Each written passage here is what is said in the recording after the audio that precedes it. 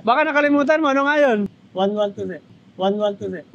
112 eh. 1-2 doon, nirarambol mo na naman. Sir, good morning. Nabigyan na kayo nito last time? Nabigyan na kami. Lahat naman kayo taga Quezon City, di ba? Tatanong lang ako. Gaano pala kahalaga sa inyo yung safety? Sa'yo, sir? Safety, oh. Gaano kahalaga sa'yo? Importante ba yun? Oh, safety. Importante sa'yo, sir? Importante yun. Sa inyo ba, importante yung safety? Sobrang halaga yan. Para sa safety talaga. Oh. 50%. Sagot nyo, mahalaga ha. Pag halimbawa, may emergency, ninakawan, may na-disgrasya, saan kayo tatawag? Sino sa inyo yung nakakaalam ng emergency hotline number ng Quezon City? Oh, emergency hotline number ng Quezon City.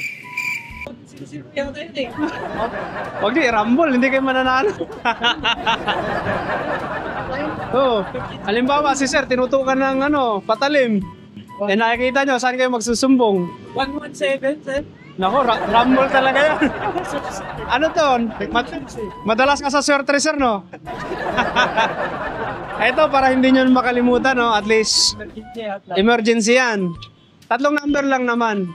Pag Quezon City tayo, 122. Dapat nakapaskil dito, oh. Emergency. Lagyan ko to mamaya. 122.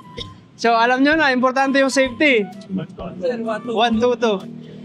Huwag niyong kalimutan, ha? Hindi ito, sir. Oh, dikita na lang natin mamaya. Yung ulit. Dikitan nyo na lang. Protection. Oo, sir. Tapos kung sa ibang bahagi naman ng NCR, pwede nyo pupuntahan yung page ng NCRPO.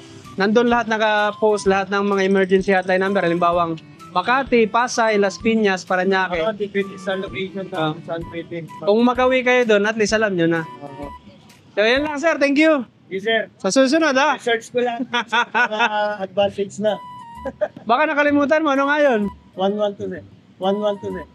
112 eh. 1-2 doon, nirarambol mo na naman.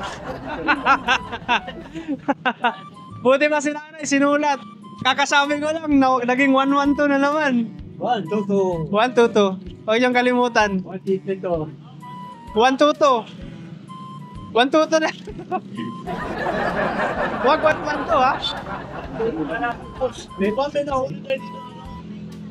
Okay, Kailan? kailan lang pwede yung citizen's arrest? Unang-una, nakita mo natin yung pangyayari ng krimen. Hindi, halimbawa, sir, nakuun ng hindi na namin kailangan tumawag. I-rate na namin. Pwede, sir. Oo, kung gusto nyo naman po. Pero para hindi na kayo mahirapan, at least police na yung pupunta dito mismo, tumawag na lang kayo. Pero tandaan natin, dapat kung may krimen, na witness mismo natin, nakita natin. Sa pulis na yun, sir, 122, sir? Hindi, sir. Pwedeng ambulansya. Eh, kung sino sumagot ko na din, sir, tumawag kami. Sir? Pag may ko nang sumagot na kuhan, Lagi merong sasagot dun, sir. Parang call center kasi yun, sir. Oo. automatic. Pero wag nyo lang gamitin sa prank calls. O kasi pwede tayong kasuhan. Oh. Thank you. Kaya, thank you. Ingat kayo. Huwag nyo i-rumble. Ano nga ulit yun? 122, sir. Ayun. Thank you, thank you, thank you. Thank you, sir. Hindi lang talaga